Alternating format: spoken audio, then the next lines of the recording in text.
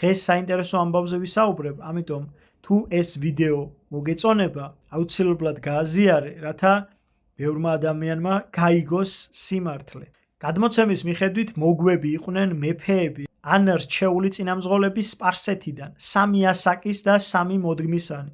მელქიორი, მოხუცებული, სემის შთამომავალი, გასპარი, უწვერული და ჯანღონით სავსე ჭაბუკი, ქამის შთამომავალი და ბალთაზარი, მოწიფულობაში ახლად ფეხშედგმული კაცი, იაფეტის შთამომავალი. მათ მოგვები, მაგები ეწოდებათ.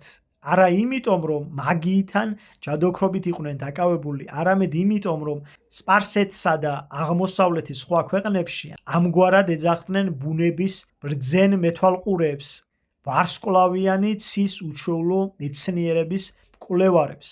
არსებობს გადმოცემა, რომ სწორედ ეს მოგვები, რომლებმაც იხილეს უფლის დაბადება ბეთლემში, შემდგომში სპარსეთში მონათლა თომა მოციქულმა ქრისტიანებად.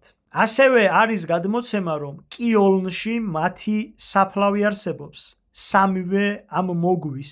მე მსმენია ჭორები იმასთან დაკავშირებით, რომ მათი გენეტიკა გამოკვლეულია და ერთ-ერთ მათგანს, კონკრეტულად ბალთაზარს, აღმოაჩნდა G გენეტიკური კოდი. რასაკვირველი არაფერს არ ვამტკიცებ, მაგრამ ვინაიდან ისინი 3-ვე სხვადასხვა შტოს წარმოადგენლები არიან, ანუ ერთი სემის ხაზია, მეორე ქამის, მესამე იაფეტის, შეგვიძლია დავასკვნოთ, რომ მათი გენეტიკური კოდი 3-ვე სხვადასხვა. გენეტიკური კვლევაც იგივეს მოწმობს. თუ ამ ვერსიას დაუჯერებთ მელქიორს, რომელიც იყო სემის მოდგმიდან, აღმოაჩნდა J2-ია გენეტიკური კოდი. ბალთაზარს აღმოაჩნდა G2-ია გენეტიკური კოდი, ხოლო გასპარის გენეტიკა არ არის გამოკვლეული. ეს იმას ნიშნავს, რომ G და J გენეტიკური კოდი არ არის ერთი და იგივე წარმოშობის. ანუ ერთი არის სემის ხაზი, მეორე არის იაფეტის ხაზი. თუ ამ ვერსიას დაუჯერებთ, გამოდის, რომ ბალთაზარი ატარებდა იგივე გენეტიკურ კოდს, რასაც ვატარებთ ქართველები.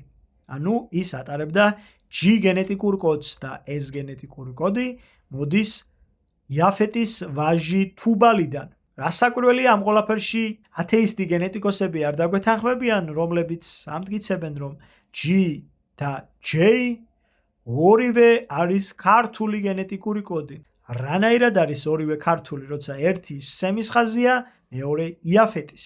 ნუ გჯერათ სატანისტების. უფალმა გაგახაროთ და გაგაძლიეროთ, უფალმა კეთილგზაზე გატაროთ მუდმივად. და უფალმა მოგცეთ ძალა, რომ გაარჩიოთ ერთმანეთისგან კეთილი და ბოროტი.